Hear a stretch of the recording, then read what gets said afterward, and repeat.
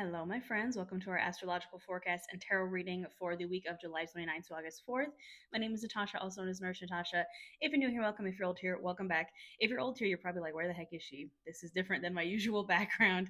I am downstairs in my house. This is actually my apothecary right behind me. I have a full witchy herbal apothecary for spell work and things downstairs. This is actually a cursed Ouija board I bought in Salem last year. It's not like super cursed. I don't think Ouija boards are evil. I know everybody does, but I literally collect them. And you can see I have like a bunch. But this one's really special because I bought it in Salem and it is an original Ouija board from 1966 in Salem. It just has like a little trickster spirit attached to it. It's fine. If you just heard my air conditioner kick on, I apologize. I'm right next to it. It's Las Vegas. It is the summer. It is hot. Anyways, so I'm down here because I am moving to Salem, Massachusetts in like 5 weeks. So it is a little bit chaotic here. If you're new here, hi, I'm Natasha. I'm moving to Salem because I host witchcraft and wellness retreats across the country, and I do them in Salem most often. And I just love Salem, and my business flourishes there. And yeah, so this is an astrological forecast for the week of July 29th to August 4th. This is also a collective tarot reading for that week as well. Now, what does collective tarot reading means? It means that I set the intention that this finds the collective that it needs to. So if you made it here, welcome. You are part of the collective. If you'd like to stay, hit that subscribe button. If you like witchcraft, wellness, spooky stuff, that's kind of what we do here. I make a lot of pop culture references. I'm a giant nerd. Yeah. Generally, at the end of these, we have a yoga class, but because my house is just in a state of chaos, I am moving, I'm packing, my yoga space is taken down. Everything is weird right now. We're not doing a yoga class. However, I'm going to make it work because I do also put out a full free yoga class and tarot reading for every new moon and full moon here on my channel as well. And we have a new moon coming up this week in Leo. So I'm going to figure it out. I'm going to find a place to film yoga. But yeah, again, if you enjoy that, I will always put out free classes, free tarot readings, free all the things here on my channel. And I have a bunch of paid resources as well. I have courses. I have a membership here on YouTube if you want live tarot, live yoga, live new moon and full moon workshops. Just hit that join button. We do that here as well. All right, I'm going to stop rambling. We're going to get into this. It's honestly funny because, you know, the energy of this week is a lot of fire. You can tell I'm kind of on fire right now. We already have the Five of Wands lurking at the bottom of the deck. A lot of chaos, a lot of just fiery nonsense. And that is because, you know, we have the sun in Leo, we have Venus in Leo, we have a new moon in Leo at the end of this week. That's kind of capping our week off. I'm very excited for that. That's a very positive energy. We're going to talk a little bit about it here. And again, I will also have a video and a tarot reading and yoga class for that separately here on my channel. But we do end out this week with a new moon in Leo on August 4th. But again, sun is in Leo, Venus is in Leo. Now, the kind of thing that's causing, you know, some things is we are in our Mercury retrograde shadow. Mercury goes retrograde the day after our new moon in Leo. So I would take full advantage of this new moon in Leo that's coming up at the end of this week because the day after Mercury goes into retrograde. And this is a really unique Mercury retrograde because it kind of wavers between Virgo and Leo. So we are already we just had Mercury move into Virgo on July 25th. We just had this big full moon in Capricorn, our second full moon in Capricorn, that's backed by Saturn retrograde that kind of made us get our shit together, you know what I mean? And this is, you know, this new moon in Leo that's coming up is our first new moon, starting a new moon cycle after that full moon in Capricorn. We're kind of riding the waves of the little end of that, and this Mercury retrograde shadow is as we lean up to this new moon in Leo. Now, Mercury retrograde is, you know, everybody's terrified of the retrogrades. You know, it's kind of become the thing in astrology is to be afraid of retrogrades. I don't think there's any good or bad astrology, just as I don't think there's any good or bad tarot. I think it's just energy to be worked with. Retrogrades, whatever planet it is all about revisiting. They just like that, like beginning like retrograde, re. All the re words, that's kind of what we're supposed to do during a retrograde. So revisit, release, redo. You know, that's why you always hear with Mercury retrograde, like exes come back, things from the past come back, because the universe is like, do you still want this? Did you learn your lesson? Review it. Do you want it? Do you want to fully let it go? Etc. Now, it depends on what planet is retrograding. So if we look at Mercury retrograde, Mercury is the planet of technology, communication, and travel. So that's why all those things go haywire when Mercury retrograde happens. Like, no one ever believes me, and I'm like, this is, you know, people like astrology isn't real. I'm like, literally, the day that the Mercury retrograde started, or the Mercury retrograde shadow started, that's when that huge outage happened at the airports. I live in Las Vegas. Our airport was messed up for days. That huge, like, Microsoft outage that like took out airlines everywhere. That was like the day that Mercury retrograde shadow started. Technology has been on the fritz. I always say that the day or the day after the actual Mercury retrograde starts, so once we move from the shadow period into the actual retrograde, Instagram always goes down, or YouTube, or one of the big social media platforms. It always happens. You heard it here. It's gonna happen. So that's going on, and Mercury in Virgo. Virgo is actually one of the signs that rules Mercury. So it's very much in its energy of intellect and communication, and Virgo is an earth sign, so it's kind of that really like almost grounded communication. But Mercury retrograde in Virgo can almost be like kind of critical, a little bit perfectionist when it comes to communication. And like as we revisit all these things, and again, expect travel delays or mishaps, communicative mishaps. It's kind of that Five of Wands energy. Like maybe you're communicating something and it comes out wrong, or the person doesn't understand, or like just think before you speak for sure. And again, this Mercury retrograde starting next week, right now we're in the shadow period in Virgo, but next week the full retrograde starts. It's going to waver between Venus and Virgo. So it's literally wavering, excuse me, not Venus, Virgo and Leo. I have Venus and Leo on the brain. Virgo and Leo. So it's going to be wavering between this earth sign and then like fiery Leo. It actually moves into Leo on August 14th. So this Mercury retrograde is going to be kind of a doozy because we're going to have both of those energies. I'll stop ranting at you about Mercury retrograde. I just want you guys to know that it's not evil. I know that it's frustrating, but the power of dealing with Mercury retrograde is not letting it get to you. It's just, letting it happen, releasing control, which, look, as someone who needs control to function, I get it. It sucks. But revisiting those old things, do not text your ex, do not take your ex back. No. We're just revisiting it. We're reviewing it. We're being like, no, thank you. I left that in the past for a reason. And then when like the weird travel stuff and like your car breaks down and like random stuff happens, try not to let it get the best of you. Just, again, we like, it sucks to be told like you got to let go of control, but you do. Otherwise, things that we got going on, we got, let's see, Mars and Gemini. We have a Saturn and Neptune retrograde in Pisces. Jupiter in Gemini. So there's a lot of stuff in like mutable signs right now.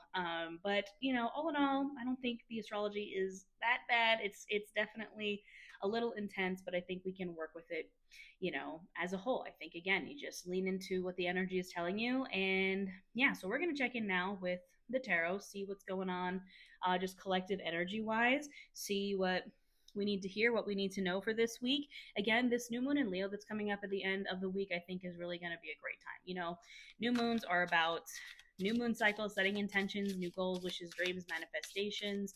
It's kind of a fresh new moon cycle after this really intense full moon in Capricorn we just had, and it's in Leo, right? Passionate, fire energy, like going for it. Go big or go home. Leo rules the heart. Like, really, I think this new moon is going to be about following your heart based passions, the things that you truly love doing, setting intentions around that, and being fiery, like going out and doing it. Very kind of like Queen of Wands energy, like just being bold and creative and assertive and like going for what you want. I'd die if the Queen of Wands just came out.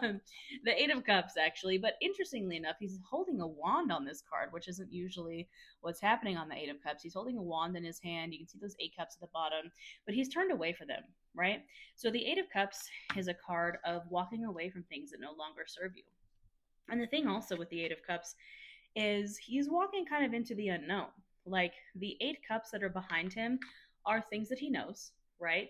It's stuff that has at one point maybe served you, maybe your old life, old things that you had to kind of have to survive, to function, to like get through stuff. And maybe they weren't even bad things. Maybe it's just like stuff that you're like, I grew out of that. It's just not me anymore. And he's facing away from those things, right? Things that we had an emotional connection to, right? These are cups. Cups are emotion.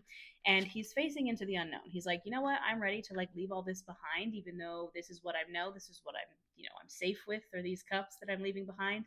I'm willing to go into the unknown, to walk away from these things, to move on. And guess what's on the other side of the 8 of Cups?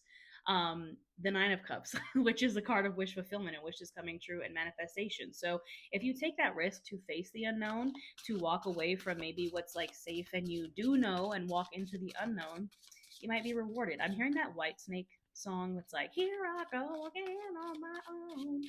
Like, I'm not going to sing for you, but that song, That's kind of what it feels like. And as I say that, the Six of Swords comes out.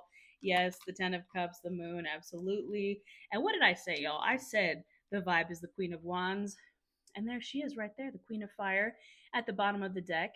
I think that's definitely the vibe with all this, especially like Venus in Leo, the Sun is in Leo, we have that new moon in Leo. Like, boldly go where no man has gone before. Like, don't let your dreams be dreams. Insert that Shia LaBeouf video here. You can see she has a sunflower in her lap. Sunflowers in the tarot point towards the sun. The sun is your happiness, your joy. It's the most abundant card in the tarot deck. It's also a card of Leo. You know, Leo is ruled by the sun. And you can see that black cat there on the corner of the card. You know, the Queen of Wands has that black cat in the tarot because in the times of the tarot, black cats, as we know, are a symbol. We're a symbol of kind of like, you know, unluckiness or like going against the norm, and that's what the Queen of Wands does. Interestingly enough, the other court cards in the wands, so the king, the knight, and the page, have salamanders instead of a black cat. She has a black cat, and it kind of separates her from the rest. Salamanders generally are about being protected from risk or protected from the fire, but the Queen of Wands has that black cat that's like, she's willing to go against the grain, she's willing to take the risk and go bold, go be bold and go be creative and like follow her passions no matter what. And you can see the lions up on the corners of this card here as well. So that's for sure that Leo energy. Now, the cards that flew out were the Six of Swords, the Ten of Cups, and the Moon. Even though the path ahead, again, might seem unknown, right? The Moon card. I would also like to note that the Moon is also on the Eight of Cups. You can see it in the corner there. This is Pisces energy, the card of Pisces, also Cancer energy, but the moon is a card of illusion. Look how shiny these cards are. Card of being foggy, of not knowing the path ahead, of like again the unknown, deception, dreams, illusion. It's Pisces energy, right? And this moon is kind of looks a little bit more positive because she's like looking dreamily out into like, you know, whatever. But the thing about the moon is that the path ahead is foggy. And the only way to cut through the fog is to continue taking steps forward. And with the Six of Swords and the Ten of Cups, it's like Six of Swords is literally a guy getting in a boat and moving on and going and doing other stuff, right? Again, same with the Eight of Cups, moving on, go do other stuff, go on that new adventure, like get in your boat, release. Can be like a physical, like again, I'm moving. I've been pulling the Six of Swords a lot, but doesn't have to be a physical move. It can be like a moving on from anything, a migration on from anything. And the Six of Swords really is also about what are you leaving behind, like what's to get in that boat with you and what's being left behind. Same with the Eight of Cups. And on the bright side, look at what we're moving to. The Ten of Cups, complete and total emotional fulfillment, happiness, family, fortune after difficulty. And again, the Eight of Cups walks into the Ten of Cups eventually, right? It's only like two cards away. The Eight of Cups moves into the Nine of Cups, which is that like first initial wish fulfillment manifestation, like you know, the fulfillment of something that's like one of your like deepest emotional kind of wishes. And the Ten of Cups is the full culmination of that dream of that wish. And that's what we're moving towards. You know, we love to see it. The only thing that's stopping us is that like foggy feeling of like I'm moving into the unknown. Again, that Whitesnake song, go listen to it. I forgot what it's called, but it's all about kind of like taking that movement forward, even if you don't know where you're going. Like just going, you know? My seat is like squeaking as I shuffle. It agrees. My chair agrees with us. I'm sitting in like a rickety old like dining table chair because again, that's all I got. Moving. You know, we work with what we got. We're being resourceful. Okay. All my stuff is packed away. What else do we need to know for this week?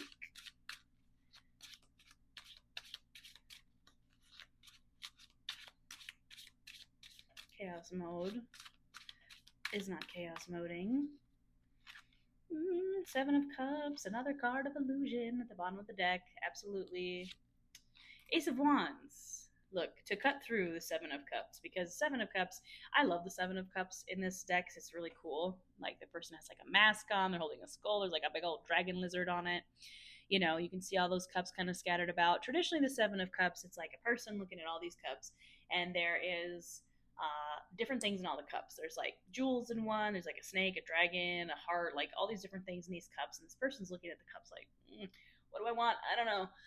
Again, a card of a lot of options, a card of kind of the unknown, of like, I don't know which cup to choose. And the cup to choose is the one that you're most passionate about, Ace of Wands. This is the time again to follow the heart, Leo energy. Follow your heart, follow your passions, that thing that lights that inner fire, that spark. That is absolutely what we should be following right now. And as someone who is like a mostly fire sign being, I'm a Pisces sun, Pisces Venus, but I am a Leo moon, Sagittarius rising, and Aries Mercury, so I have every fire sign in my chart.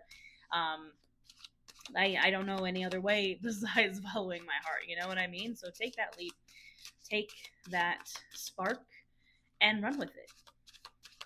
What else do we need to know this week?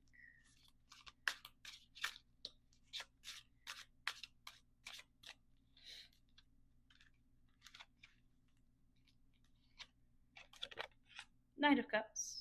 Water energy, all knights are on a mission, and the Knight of Cups is on a mission of love. Again, kind of a symbol to follow your heart, but it's also like he's the very like nurturing knight. He's like, you know, the water knight. He has that cup.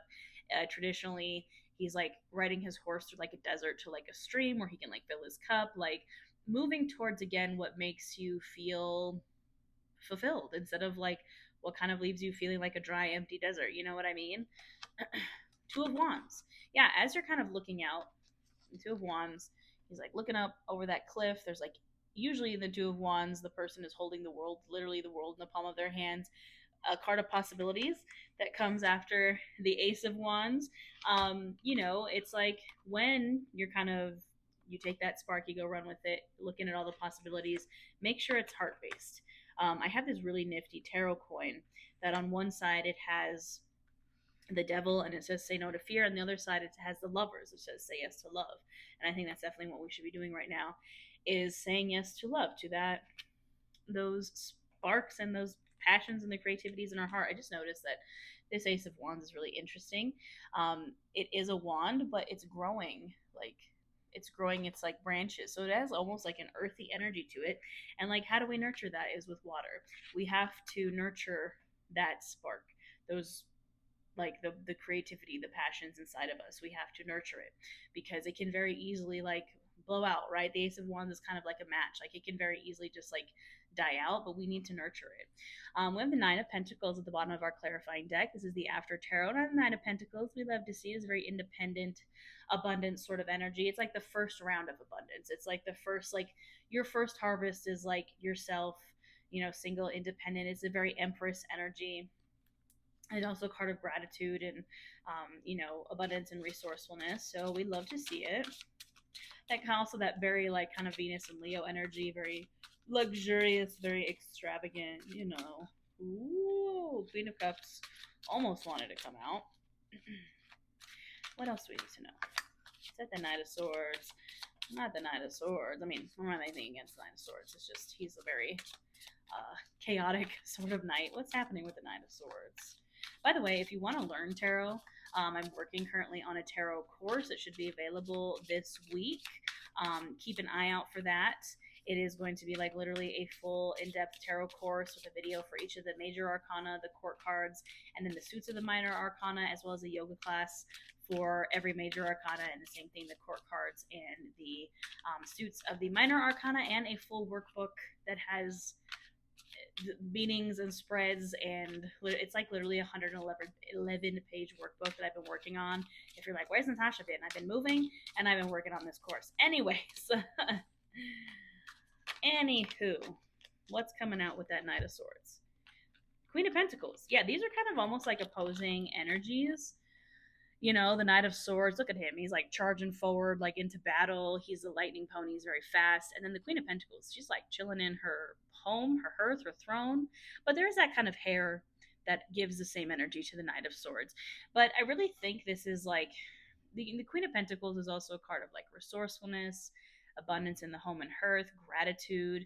And it's like charge forward with that energy. You know, I don't think the Knight of Swords in this particular sense is saying charge forward ahead, just like chaotic, like, you know, just like lightning striking and just kind of like with no focus or direction or like, you know, anything substantial behind it. We want that foundation. We want that Queen of Pentacles, like that substantial, she's like holding that pentacle in her hands, like, if you're gonna kind of strike with force and go and like maybe do something that's like a little risky, have that Queen of Pentacles to back it up.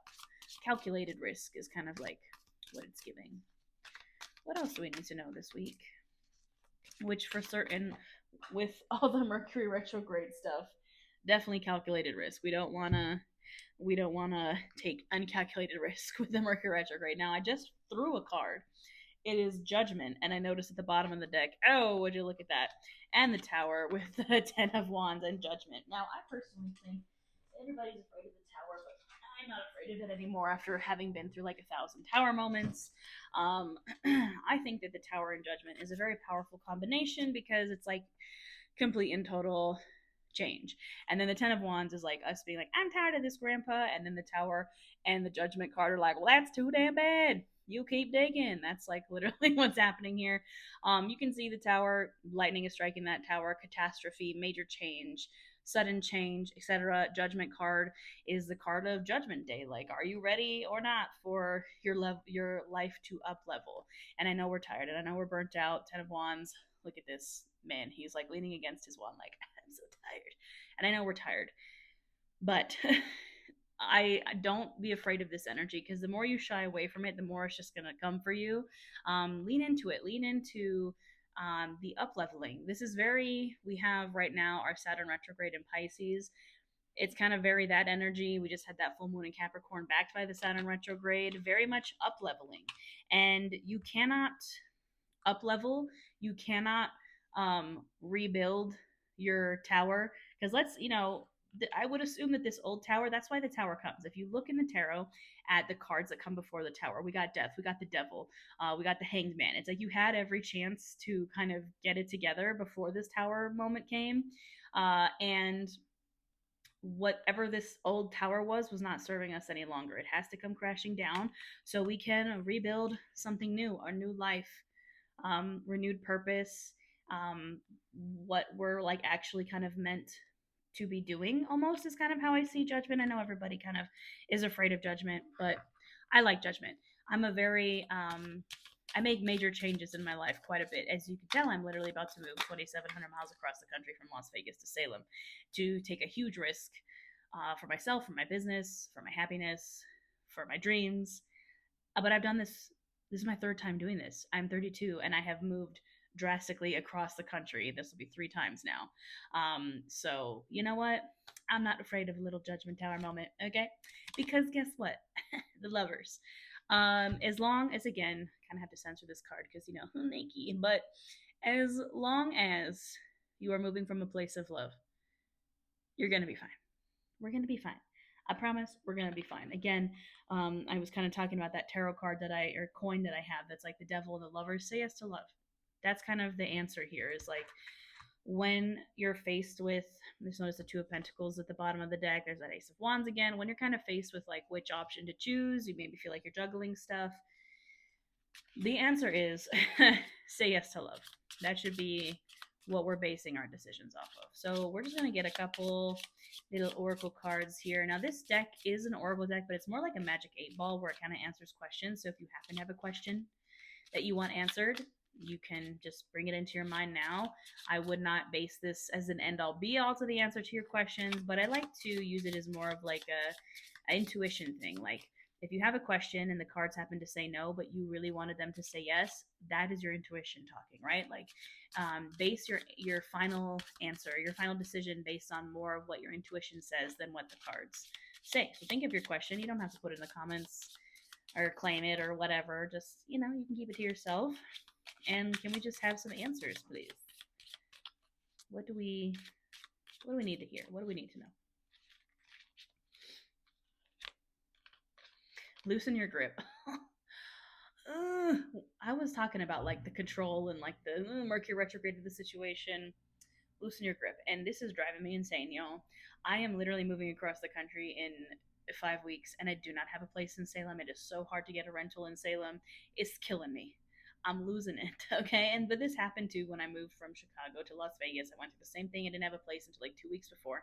I know, I trust in the universe, and all of the signs that I've been getting have been like, loosen your grip, like go of control. And I'm like, do you see these nails?